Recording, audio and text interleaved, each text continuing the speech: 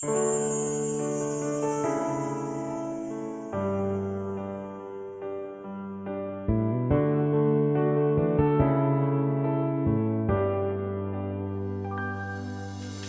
ai ka sam trina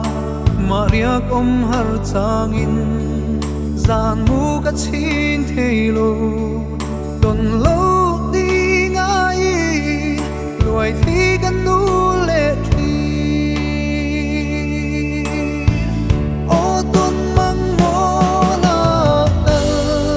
chuan e Isa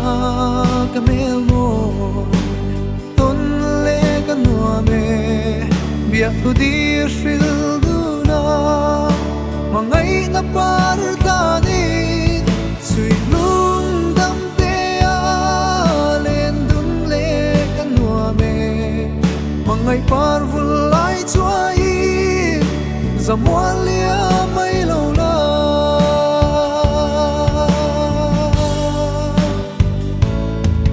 Sui lung len zual changin Ilim tha mai lo chu Min nem tu an lo Ka vei reng tri na sin Itiam thu di zong kha O don mang mo la tal chuan e Isak mel mo Ton le ka nua me Biak thu di shil na parutanin Sui lung dam te a Len dun le kanwa me Mangai parvul lai chuai Zamuan lia mai lo la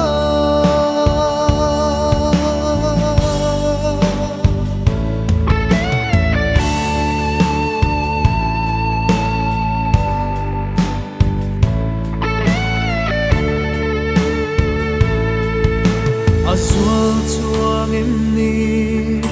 Izun ai lung len hi Itum reng em lo ni Tra lo mit tui ta ka Bia thu min lo lan le